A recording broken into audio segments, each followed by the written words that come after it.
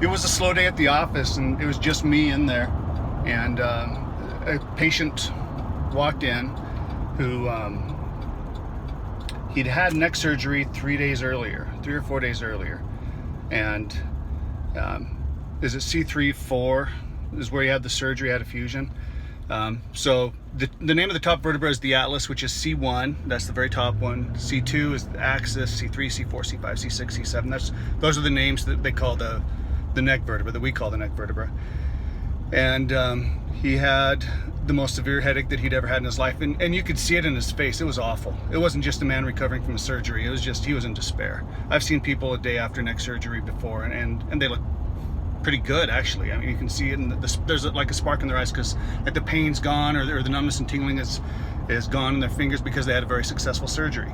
This one was a successful surgery too, I'm sure, except his atlas, when I laid him down on my table, it had rotated posteriorly, and it had taken what's called a lateral list to the right too. It had fallen from where it should be right on top to this way and that way. And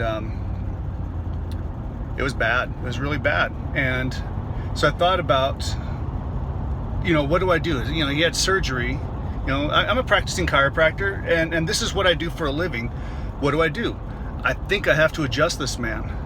Nobody else on the planet is more qualified than your chiropractor to make that adjustment, especially if he's had surgery 3 days earlier. And to look at him, he was the look of death. That poor man. Anyway, so I adjusted it, and it went beautifully, and it was perfect, because that's what it takes, is perfection in order to do an adjustment like that. It's always perfection. Chiropractic is the art of perfection.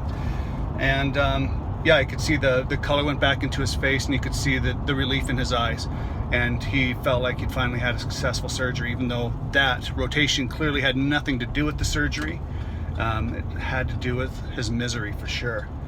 So yeah, the reason I'm sharing this with you is because I think it's a good example of the high level of expertise that comes with being a chiropractor.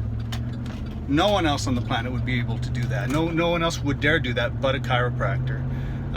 And we know we can do it, and we know we can do it safely, and that's our promise. That's what we went to school for.